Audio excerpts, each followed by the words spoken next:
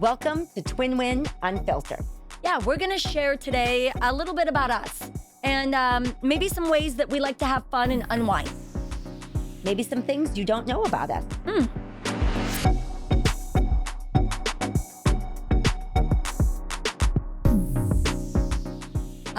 What would you like our first ever podcast to be about? I think we should introduce ourselves to people. I think people have an idea of who we are. But do they know who we are? I think what's specific about me that's different than you, I mean, I have 3 boys. I am at sports constantly. Yep. I like spreadsheets and accounting, and we're renewing our company's insurance next month, and that excites me. Yeah, that stuff does not excite me at all. I find it interesting at times, but I would never use the word exciting. No. Just, small little differences. Details. Not a detailed person. Not when it comes to that kind of stuff. No. But you're very detailed when it comes to like designs and putting things together aesthetically. Like I will set my mantle and then leave it for years, decades. Yeah. Until you come over and say, that's no longer in style. Like I just leave it. You like refreshing things and changing things constantly. Yeah. I also think I'm more of a risk taker and a visionary. You are comfortable like where we sit. Absolutely. And where we're at. Yes. I like consistency. I would rather do something new. Yeah. All the time. Totally. Keep creating, keep moving, so it's a good blend. Yeah. Well, you can't do one without the other. I'll become like stagnant and boring, and you would have jumped off a cliff that didn't have a bottom. Water at the base. Yeah. Yeah. I always make sure that the river's deep enough for you to jump. Yeah. It's a good analogy. Sometimes I tie a rope around you so you jump, but you don't actually hit the water. And then I just pull you back up. Yeah. Yeah. I know. That's actually what I do. When it was just you and me, I was always pushing us to, okay, what's the next thing we can do? What's the next thing we can do? Yeah. We have to do things that set us apart. We couldn't be like every other real estate agent. No. That was just boring. Yeah. So I remember at one point, we had done all kinds of different things, but at one point I wanted us to do car karaoke with our clients. Which, pause, the thing a lot of people don't know about me is I'm actually I don't like being in front of a camera. I don't like being on a stage. I'm fine with, it's true, Lou, you know that. At first, even car karaoke, I was like, ugh. So I wanted GoPros all around the car. Yeah. We did them on all sides. I wanted all of our clients, so like elderly to first-time home buyers in their, early 20s. Yeah. When they rode around with us to sing and dance to the same song and then clip it all together and we'd post it and it'd be just something fun, like, having fun buying a home with us. Well, and you would have Miles do it with you because Miles was such a ham, still is.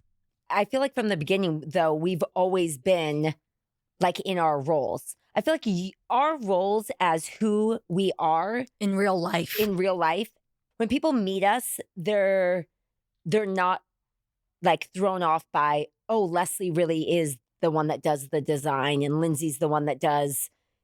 Lyndsay, like people from high school will say, this is how they've always, this is how it's always worked. If a girlfriend wanted to go out in high school, they would say, hey, Leslie, let's make plans for Saturday. Because you would come to me and say, what are we doing Saturday? What's the plan? Because I always had the plan, the place, the time, who we were with, who was driving. But if there was a party to be thrown or an event or a theme or whatever, that was me. Always. Yeah.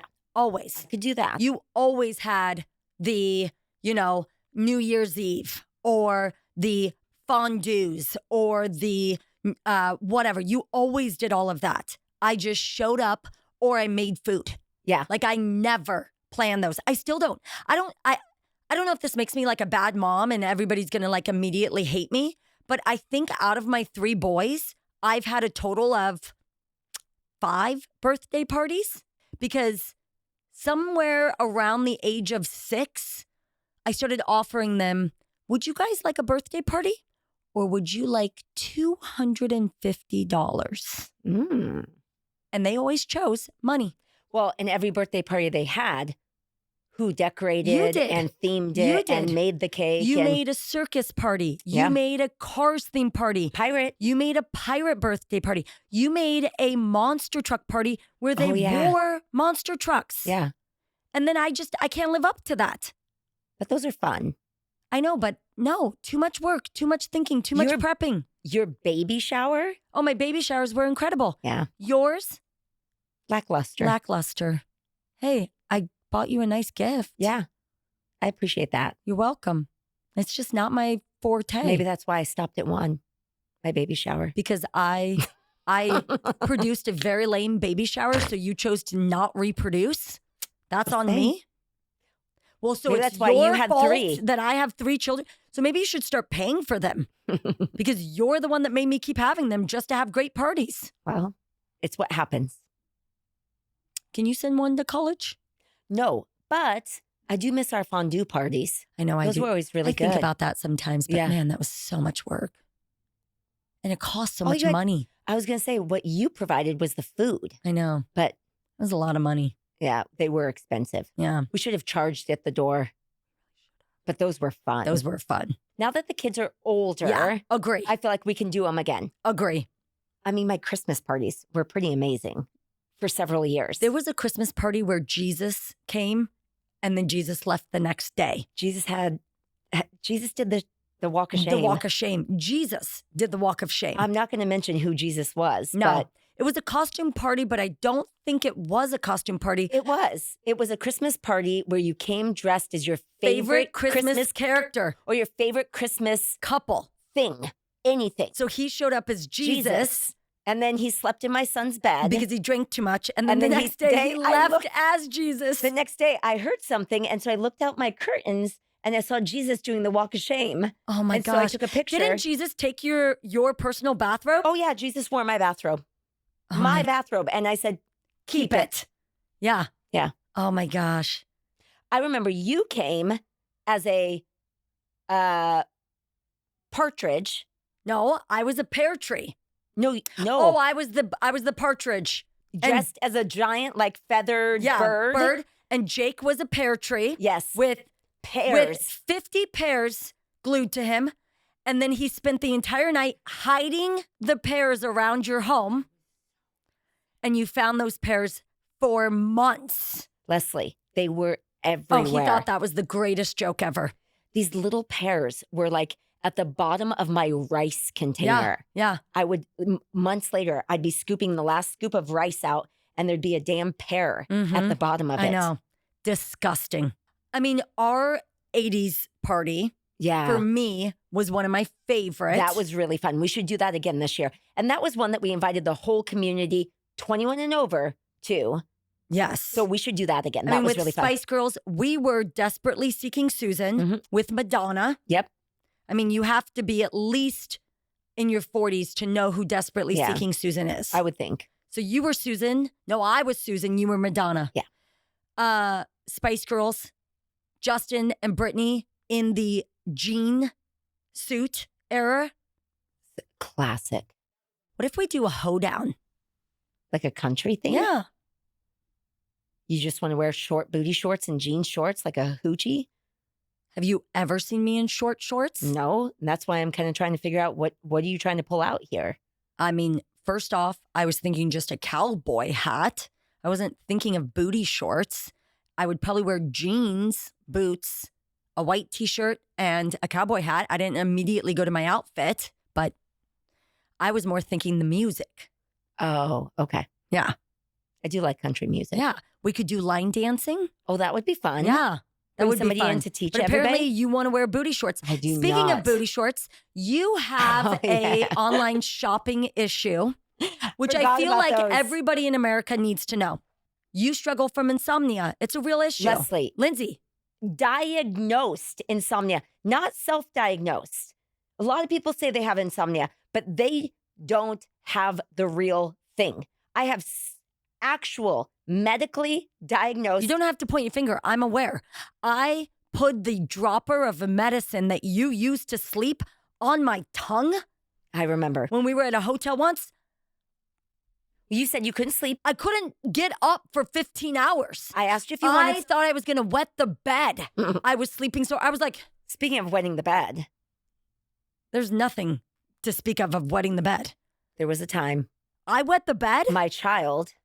Oh, no, we're not throwing Miles under the bus until I finish your booty shorts. I was trying to change the subject. You have a shopping issue. Your way of like coping with your lack of sleeping is you wake up in the middle of the night. You don't watch movies because your doctor said don't turn on the TV. Yeah. So instead, logically, you online shop. Online shop. You once got a package in the middle of summer, I can't remember, from China. You probably ordered it 2.5 years prior. Probably like the worst website ever. Who knows? Who knows? You got a pair of booty shorts. Yep. Which I've never seen in my life you wear. I wouldn't But wear. you said, and I quote, the model was curvy, so I thought they would look good. At 2 a.m. in the morning. They look good. Seemed like a good idea. And a sweatshirt that said gift wrapper, and it was an elf wrapping a present. Yep. 2 awesome purchases for summertime. Yeah, they really were. So I hope you kept those because you could wear those to the hoedown. That was my whole point. No, I didn't. Those have been put in the giveaway pile. I think that's one of the benefits of me having insomnia and shopping is that I bring in giant giveaway piles. It's actually to very true. The office. Mm-hmm. And so everybody gets to benefit from. You're giving this shirt was in a giveaway pile this week. Yeah. Heck and yeah. so everybody gets to benefit from my giveaways. Piles. That's actually very true. Mm-hmm. I do appreciate how much you shop for that purpose. Yep. But you have horrible insomnia. Yeah. Which I think you should tell everyone what your bedtime routine is. You take an hour. Yeah. I've done a lot to sleep. I know. You even went to like sleep places. Like sleep clinics where they train you to sleep. Yeah. Yes, I have some medications I take prescribed. Then I get into a bath for about 20, 25 minutes. Okay. Because I like to have a really warm core. I love that. Then I can't do the baths that much. It drives me out. Love it. Then I get out and put on all my oils, everything, of course. So that's 20 minutes. Then I get into bed. Okay. And I have. So at this point, you're like a kind of wet dog that's been oiled and you're like slippery and I'm painting the picture. Got it. Okay. Then Justin tucks me in. Shut up right now. Like this. It tucks me in so that my blankies are like tight, like I'm a burrito, like this. Do you call yourself a burrito? Do you say, will you tuck me like a burrito? No, I just say, will you tuck me in? And then he'll go, tuck, tuck, tuck. He says, tuck, tuck, tuck. Sometimes. And I just lay like this. And then I put on my eye Do you guys mask. have separate blankets? No.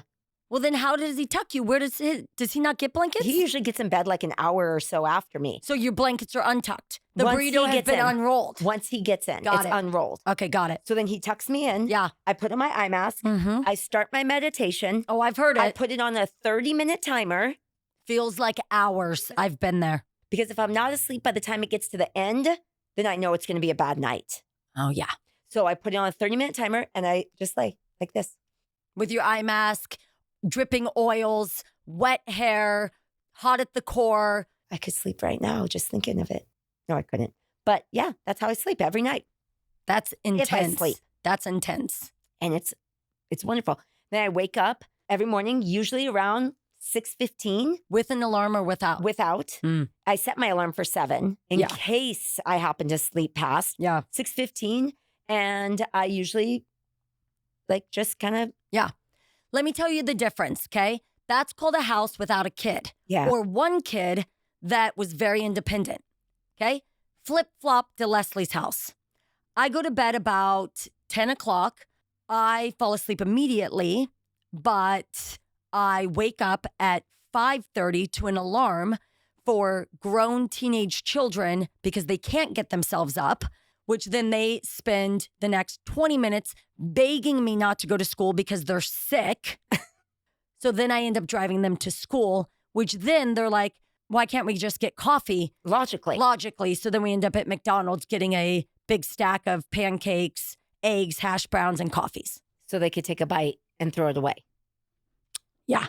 Miles, since 3rd grade, I know, Lyndsay. has woke himself up. I'm aware. Made his own lunch. I know. Gotten dressed. Got on a bicycle and rode it to school. No, first he'd come up to my bedroom, gently touch me and say, bye, Mom. Love you for the day. Yeah. Give me a kiss. Probably pray over you. Sometimes. Tuck you back in like a burrito. Yeah. Feed the dog, walk the dog, water the plants, start the dishwasher, and then leave for school. And then get himself to school and home. Yeah. Oh, I'm aware. I don't understand how your kids cannot get up. I feel like maybe I've enabled them. You think? Yeah. Yeah. But that's my mornings. Just a difference. Different. So anyways, I'm up every day at 5:30. Yeah. So then once I do get them on the bus, I kind of sit around for an hour like, oh, and now I can just do chores. So I wash dishes in the morning, fold laundry in the morning. I folded 4 loads of laundry this morning. Yeah, because I had the time. Well, at least that's productive. Yeah. I feel like if anybody's still listening at this point, which I don't blame them if they're not. Yeah. That was a good insight into who we are. And how we're different. I think we gave America good insight to your sleep issues and the fact that I am an enabler. Thumbs us up. And we need to really do some more parties. More parties. Definitely.